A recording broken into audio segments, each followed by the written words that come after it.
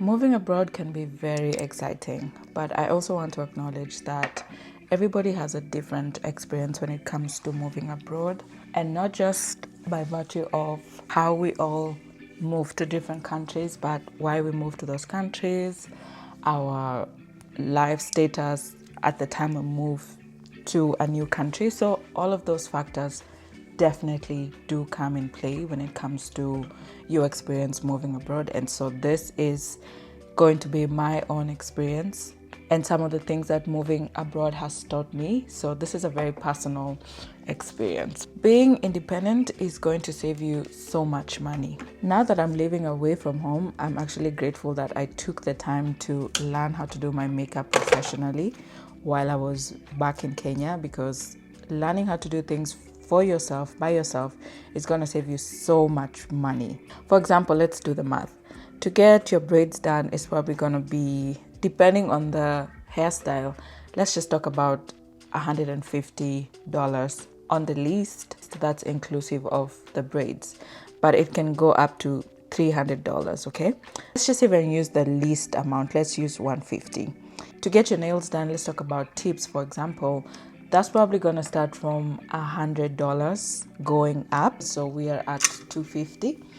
And then your waxing appointment, that's also going to be from $75 moving upwards. So we are already at $250 plus $75. That's just to get your hair, nails, and waxing done. And for the waxing, the $75 is probably just for your armpit. So if you want to get a Brazilian done, you're probably talking about $100 and above. And if you want to do the laser treatment, that's about 4,000, 5,000, I think so. The thing about the laser hair removal is that you're not going to have to get another waxing appointment in a long time. So it's cost effective in that sense. But tell me where you're going to get $3,500 if you just moved, So by now, I think you get my point. Just learning how to do your own hair, nails, everything is going to be an advantage, because you're going to save so much money as opposed to having them done by a professional at a salon and all that stuff. So I'm actually grateful that I took the time to learn some of these skills, because it's saving me so much money now. Time management, let's talk about this one. First, you're paid an hourly rate. So that means if you work 10 hours a day, you're going to get paid for the 10 hours that you worked. That's such a game changer, especially coming from Kenya, where you're just given a flat salary. I know there's people that are paid hourly for like international jobs or like remote jobs, but just the average Kenyan working a 9 to 5, you're paid a flat salary every month. And so living in a country where you're paid per hour is just different, The inequality gap in first world countries is so wide. The advantage of an hourly rate is that you can somehow determine how much you want to be paid within a certain period, because then you can build your skills. The more value you bring to the market, the more you can actually get paid. And this is not to say that it's easy to just get there. You have to put in the work, you have to start somewhere, you have to endure a lot of things to actually get there, but you can make smart choices for sure. Getting a job abroad is not as easy as you think.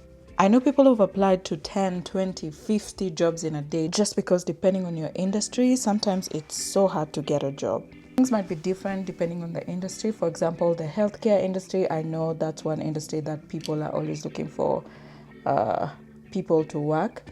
But just overall, it's not so easy to get a job, especially as a foreigner. And so you have to brace yourself for that search process. And even before you get the dream job, I feel like you have to make a lot of trade-offs when you move abroad. Just doesn't happen as quickly as you think. And that's the other thing. Many people move abroad thinking that it's just going to happen overnight and you're going to wake up and you're living the American dream. But let me break it to you.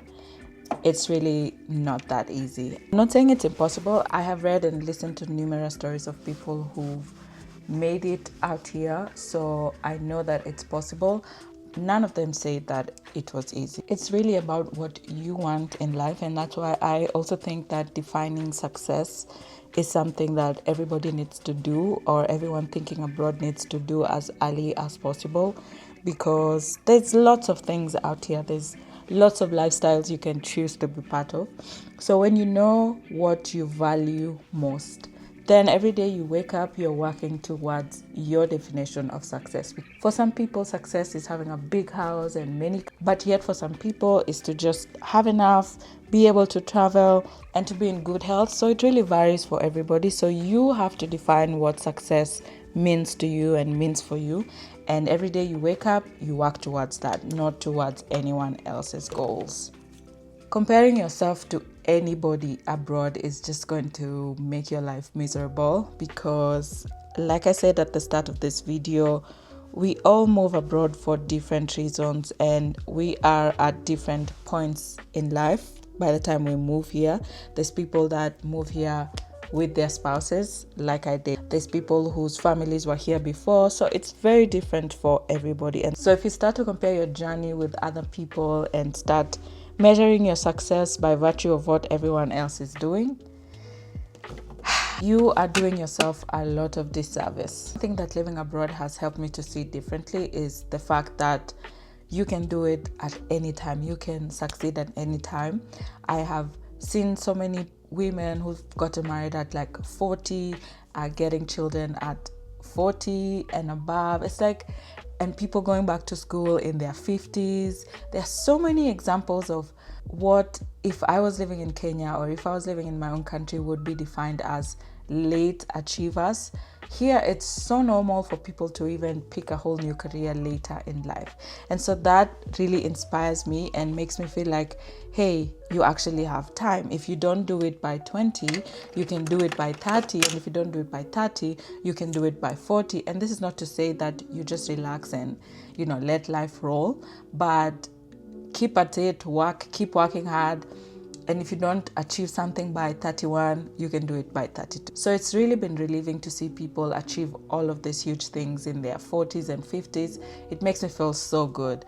If I was in my own country, honestly, sometimes when it's 30, it's like, oh, you're done, get out, It's like everything you've achieved in life ends at 30. So that's a different perspective that I've had. Making friends abroad actually takes work. It's not like back home where you have similarities. Here, you really have to find those similarities and you have to be very intentional about building those friendships. It's very, very possible. And the thing is also, living abroad actually gives you the opportunity to really expand your network. I have friends from almost every part of the world now. And so that's an advantage that you have when you're living abroad. You get to meet a wide range of people from all walks of life. Living abroad will get you out of your comfort zone, whether you like it or not, whether you permit it or not. And if you don't allow yourself to get out of that comfort zone, there will be consequences. And I'm not just talking about work. I mean, every aspect of life, you're going to have to redefine who you are again. You're going to have to learn how to take care of your health. You're going to find yourself going to the gym, even if you never thought that you would go to the gym. You're going to find yourself minding your diet, things that you never thought you would be doing. You're going to find yourself doing them. And when it comes to your faith, you're going to learn quickly that people believe in a lot of things. And so you're either going to hold fast to what you believe about God or your relationship with God, or you're going to start getting confused. So you have to make those decisions very early. Living abroad has also taught me that 90% of success is about confidence. Confidence in yourself, your abilities, confidence in what you say, how you say it. Live in God's favor too, so that definitely also plays a huge role. But just learning how to be confident, expressing yourself confidently will give you more and more opportunities. Self-care is not a choice when you move abroad. You have to intentionally take those breaks, take rest, because it's so easy for you to become a workaholic and just forget about your health, forget about everything, because bills have to be paid. It's very expensive to live abroad. So you have to be very intentional about taking breaks as often as you can. I try my best to not work over the weekends. Instead, I choose to use the weekends to do the things that I love, like creating content, exploring the city that I live in, because even though this might look like an activity that is not giving me money, it allows me to recharge and to be more productive once we are back in the work week. But self-care is not a choice. it should be a priority. It has to be a priority. Living abroad has also taught me that the most important opinion is the opinion that you have about yourself. Let alone people who will call you names, who will judge you, who will say all sorts of things. The way that you see yourself is the way that you'll present yourself in every room. So it's so important that you have a good opinion of yourself. The environment when you move abroad can be very demanding, especially for foreigners. Even if no one says it, you have to prove yourself every single time. And so I have learned to extend grace to myself, even when I make mistakes. I haven't lived this life before. I am learning everything from scratch. I'm literally starting all over again. Often as I remember to, I extend grace to myself and remind myself that it's okay. I'm learning, I'm growing. It's just been a couple of years. I'm gonna get better. I'm growing, and everybody makes their mistakes. The only mistake is not to learn from your mistake.